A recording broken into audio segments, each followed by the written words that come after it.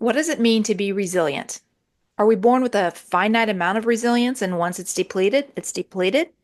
Or do we have the ability to rebuild our own reserves? I want to talk to you today about resilience, and I'm going to give you 6 general ways you can start building resilience. Hello, and welcome to the Pause First Academy channel. I'm Kim Colegrove. Let's start today's conversation by defining resilience. What do you think of when you think of resilience? I used to think of it as being tough and strong. And, like I can take a punch and I'm going to get back up, or you can knock me down 9 times and I'll get up 10 times. That was kind of the way I looked at resilience for a long time until I learned there really are more subtleties and more nuance to resilience, and resilience can be a really powerful tool. So, to answer the question I asked in the very beginning, are we born with a finite amount of resilience and then once it's used up, it's used up? Once we use it all, we're depleted. Well, it can feel like that sometimes. We absolutely sometimes feel like we just don't have much resilience in the tank. We're depleted, and that leads to chronic stress, burnout, compassion fatigue, all kinds of problems. But let me share with you a definition of resilience that I learned, and this is stuck with me ever since I heard this definition. Resilience is the capacity to prepare for, cope with, and grow through adversity. Let me repeat that.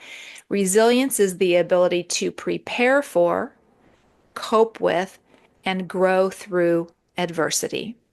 So it's not just about being like tough as nails and, being able to get back up after you take a punch. Once you begin to understand that resilience is like a lifelong tool and that it can be taught and learned and increased, man, it's very empowering. So we're not just born with a finite amount of resilience and, good luck and hope you don't have a hard life because once you use up your resilience, you're toast. It's not like that at all. So another way to think about resilience is think about a rubber band, okay? A rubber band, you can stretch it and stretch it and stretch it, and you can stretch it really, really far, and it's pretty hard to break a rubber band. So you can think of yourself becoming more like a rubber band. If you don't take steps, if you don't have habits and practices to take care of yourself and to be kind of consistently rebuilding your inner reserves, then you might become like one of those. Have you ever seen like an old worn out rubber band that's been in someone's drawer for 20 years and maybe it's a little frayed? And if you pull that rubber band apart, it's going to snap. So that's one way you can think about it. You want to be flexible, right? You want to be someone who can be stretched but not break.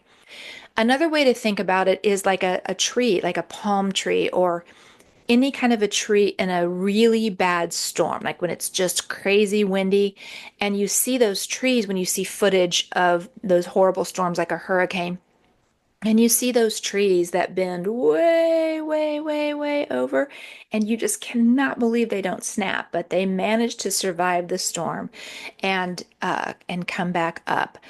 So that's another way you can think of yourself. You want to be someone who can can bend when adversity hits, and you don't always break, you don't always snap.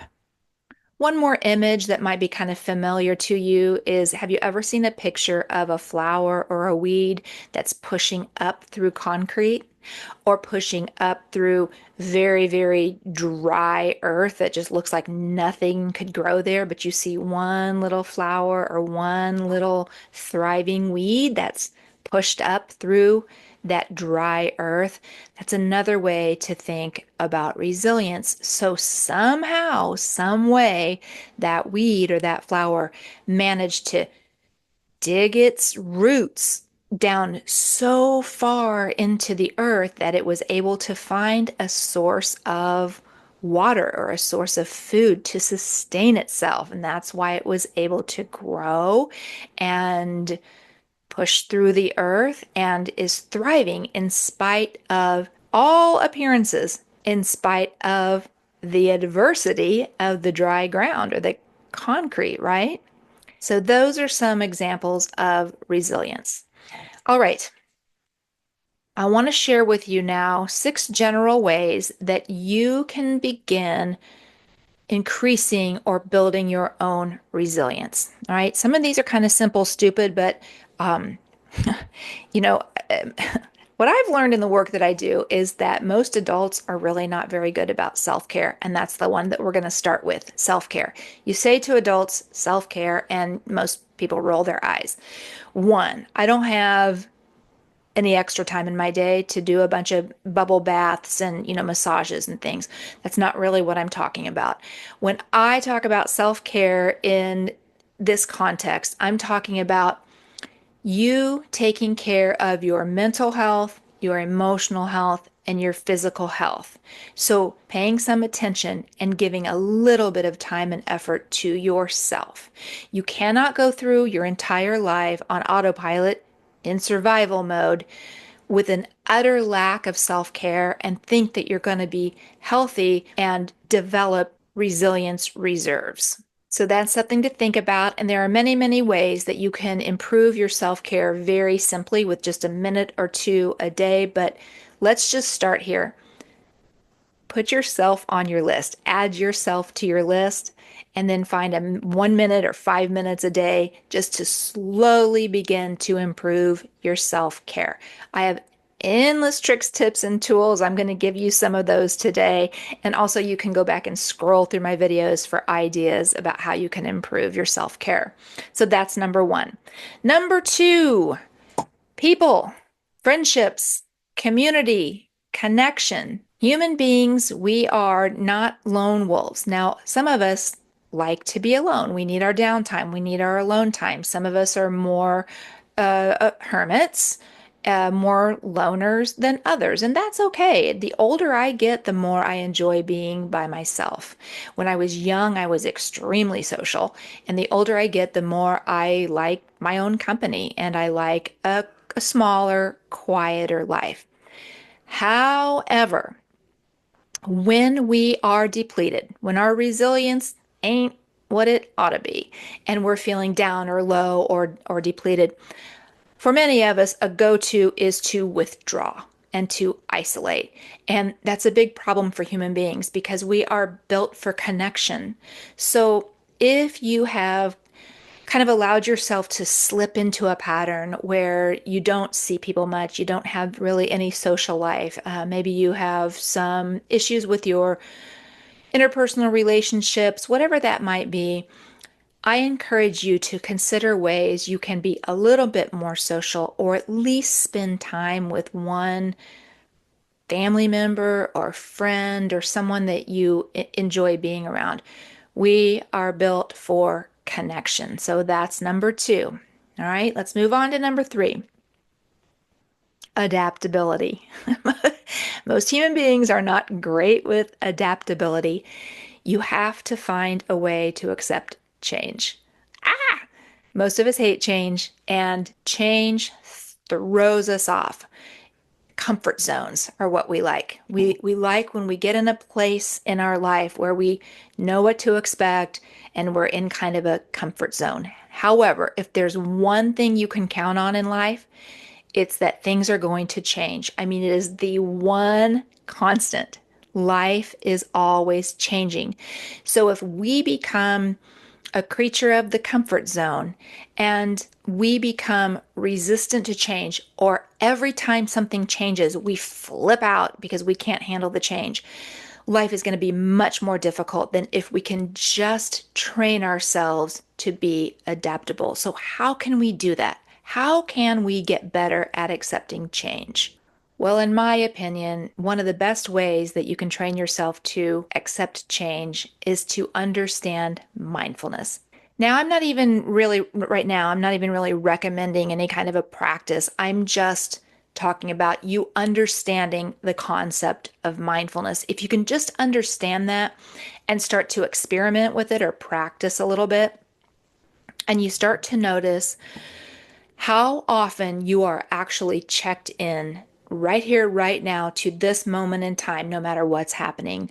Most human beings spend a tremendous amount of time mentally focused in the past or mentally focused in the future. That is stressful. So being past focused, dwelling in the past, ruminating, and or being future focused, worrying, fearful, precautionary thinking, both of those involve being completely out of the present moment. Bringing your awareness into the here and now, dropping into this moment in time can be a very empowering step. And really, in a nutshell, that's what mindfulness is. It's just becoming aware of this moment in time, dragging your mind into the here and now, dragging your mind to where your body is, and then going from there. Next, number 5, learn to pause. This is 5 of 6. Learn to pause. Learn to pause. If you can train yourself to pause instead of go, go, go, go, go, go, go, go, go all the time, barely taking a breath, then that can help you open to mindfulness. If you can start opening to mindfulness and develop the ability to bring yourself into the here and now, into the present moment, so that you can make a choice or a decision how to proceed from there, then that can eventually lead you back to adaptability and accepting change. See where I'm going with this? All of these kind of work together. All 6 of these kind of work together. So, what do I mean when I say learn to pause? I mean just learn to take a beat. And the best way to do that is by using your breath, taking more deep breaths than you normally take. So, you have to start paying attention to what's going on here and here.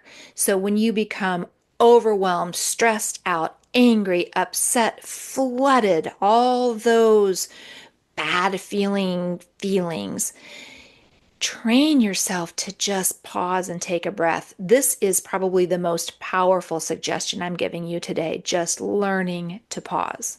And number 6, find stress reduction tools and practices that work for you.